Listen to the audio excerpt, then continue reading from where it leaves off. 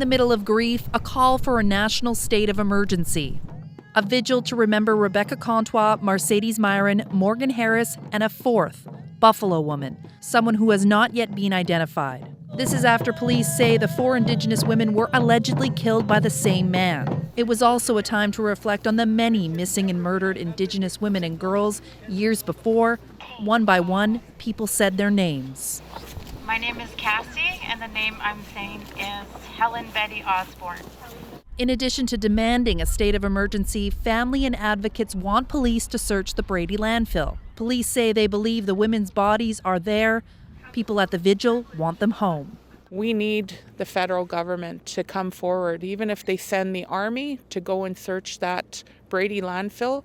In Ottawa, I understand that there is an agreement to observe a moment of silence in memory of the recently murdered Indigenous women in Winnipeg, Manitoba. While the government stalls in providing resources, Indigenous women, girls, and Two-Spirit continue to be murdered because we are a target, Mr. Speaker.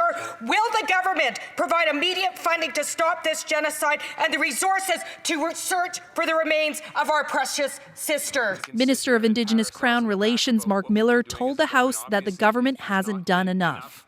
It is very puzzling to hear the news that this landfill will not be searched. I spoke to the mayor of Winnipeg yesterday about this and hope to get some clear answers shortly. Winnipeg police said last week too much time has passed to start another search of the landfill.